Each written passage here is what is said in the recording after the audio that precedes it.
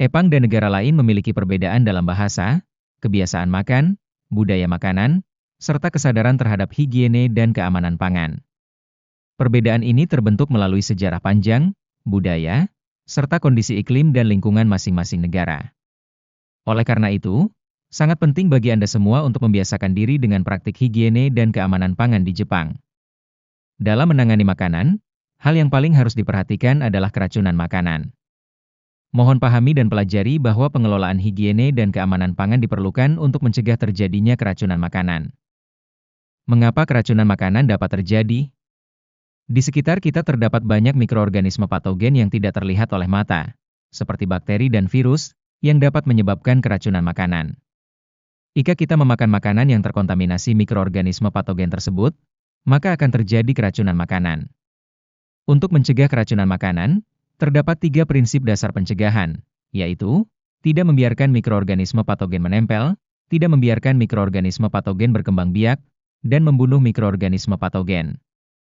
Ketiga prinsip ini merupakan cara dasar untuk mencegah bakteri dan virus menempel pada makanan. Manajemen kesehatan sehari-hari dilakukan dengan mandi setiap hari, keramas, menyikat rambut, bercukur, dan menggosok gigi. Hindari mengonsumsi makanan yang berisiko menyebabkan keracunan makanan. Jika mengalami cedera, diare, muntah, mual, demam, tangan pecah-pecah, atau kondisi kesehatan lainnya yang tidak baik, serta apabila ada anggota keluarga yang mengalami gejala diare atau muntah, harap segera melaporkannya kepada penanggung jawab di tempat kerja. Sebagai pemeriksaan penampilan saat mulai bekerja, kenakan pakaian yang bersih dan gunakan roller pembersih untuk menghilangkan kotoran atau rambut. Orang yang langsung menangani makanan harus mengenakan pakaian kerja khusus agar kotoran mudah terlihat. Untuk topi, kenakan topi dengan benar agar rambut tidak keluar. Untuk masker, pastikan masker menutupi hingga hidung. Untuk sarung tangan, setelah mencuci tangan dengan bersih, kenakan sarung tangan sekali pakai. Gantilah sarung tangan setiap kali mengganti jenis pekerjaan atau secara berkala. Untuk tangan dan jari, potong kuku dengan pendek dan lepaskan ket kuku. Pastikan tidak ada luka atau kulit tangan yang kasar. Lepaskan jam tangan, cincin, dan aksesori lainnya. Jika terdapat luka atau kulit tangan yang kasar, sebaiknya tidak terlibat dalam pekerjaan memasak. Jika terpaksa, tutup luka dengan plester tahan air berwarna, lalu cuci tangan dan kenakan sarung tangan. Untuk alas kaki, pastikan alas kaki dalam keadaan bersih. Saat bekerja, gunakan alas kaki khusus untuk dalam ruangan. Ketika pergi keluar ruangan atau ke area terkontaminasi gudang penyimpanan bahan baku, gantilah alas kaki. 3 prinsip pencegahan keracunan makanan. 1. Mencegah patogen menempel. Orang yang terlibat dalam kegiatan memasak harus selalu menjaga kesehatan dan kebersihan diri. Mencegah kontaminasi silang dari peralatan masak ke makanan. Mencegah kontaminasi silang dari bahan mentah seperti daging mentah, hasil laut, sayuran, dan bahan lainnya ke makanan yang sudah dimasak atau dipanaskan. Melakukan pengendalian dan pemberantasan hama seperti tikus dan kecoa. 2. Mencegah patogen berkembang biak. Memastikan suhu lemari pendingin dan freezer berada pada suhu yang sesuai. Makanan yang sudah dimasak dan dibiarkan pada suhu ruang harus dikonsumsi dalam waktu 2 jam. Makanan panas disimpan pada suhu 65 derajat Celcius atau lebih, dan makanan dingin disimpan pada suhu 10 derajat Celcius atau kurang. Untuk makanan seperti sashimi, disimpan pada suhu 4 derajat Celcius atau kurang. Jangan menyiapkan hidangan seperti sup dan kari terlebih dahulu. Jika harus membuat persediaan, masukkan ke dalam wadah datar dengan luas dasar yang besar, dinginkan dengan cepat, dan panaskan kembali secara menyeluruh sebelum dikonsumsi. 3. Membunuh patogen. Memanaskan bagian tengah makanan pada suhu 75 derajat Celcius selama minimal 1 menit. Untuk daging, sebagai patokan, sari daging menjadi bening dan warna daging berubah menjadi putih atau coklat.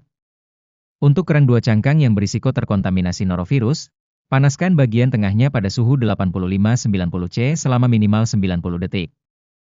Pembekuan juga efektif untuk membunuh parasit.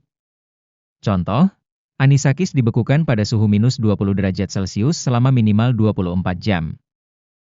Dasar dari higiene pangan adalah mencuci tangan. Berikut adalah saat-saat ketika mencuci tangan diperlukan. Jika tangan terkontaminasi, untuk mencegah kontaminasi silang, Cucilah tangan pada saat proses kerja berubah atau pada saat bahan makanan yang ditangani berubah. Sebelum mencuci tangan. 1. Potong kuku hingga pendek. 2. Lepaskan cincin dan jam tangan. 3. Periksa apakah ada tangan yang kasar atau luka. Jika ada, tempelkan plester tahan air berwarna, lalu setelah mencuci tangan, gunakan sarung tangan. Waktu-waktu mencuci tangan antara lain. Sebelum memasuki area kerja dapur. Tepat sebelum menangani makanan. Setelah menyentuh bahan baku, seperti pada proses persiapan awal. Setelah menangani atau membuang limbah. Setelah menggunakan toilet. Sebelum pekerjaan penataan makanan dan penyajian. Sebelum dan sesudah mengenakan serta melepas sarung tangan sekali pakai. Prosedur dan cara mencuci tangan secara higienis adalah sebagai berikut. 1. Bilas tangan dengan air mengalir untuk menghilangkan kotoran. 2. Ambil sabun cuci tangan antiseptik ke telapak tangan. 3. Gosok kedua telapak tangan hingga berbusa dengan baik. 4. Gosok punggung tangan dengan telapak tangan yang lain. 5. Gosok sela-sela jari dengan jari saling mengait. 6. Pegang ibu jari dengan tangan yang lain dan gosok dengan gerakan memutar.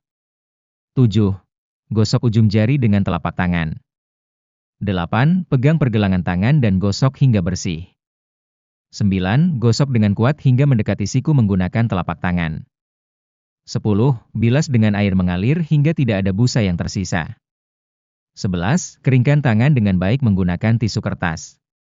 12. Semprotkan alkohol untuk tangan hand sanitizer dan gosok hingga merata. Mengulangi langkah 2-10 sebanyak 2 kali sangat efektif. Cara menggunakan toilet adalah sebagai berikut. 1. Jangan memasuki toilet dengan mengenakan pakaian kerja saat memasak jas kerja seragam, celemek, topi, dan alas kaki. 2. Lepaskan pakaian kerja memasak bagian atas dan ganti dengan alas kaki khusus untuk toilet. 3. Setelah menggunakan toilet, sebelum merapikan diri, pastikan untuk mencuci tangan dan melakukan disinfeksi. 4. Rapikan diri. 5. Sebelum memasuki dapur, cuci tangan sekali lagi. Toilet merupakan area yang terkontaminasi. Jika memasuki toilet dengan masih mengenakan pakaian kerja memasak, bahan pencemar dapat menempel pada pakaian kerja dan terbawa ke area dapur. Sebagai bagian dari pembersihan toilet, dudukan toilet dan lantai dilap menggunakan lap sekali pakai atau tisu kertas yang telah direndam dalam disinfektan berbasis klorin. Gagang pintu, pegangan tangan, dan keran air juga dibersihkan dan didisinfeksi secara berkala. Lap sekali pakai dan tisu kertas yang telah digunakan dimasukkan ke dalam kantong plastik dan dibuang dengan aman agar tidak bocor keluar.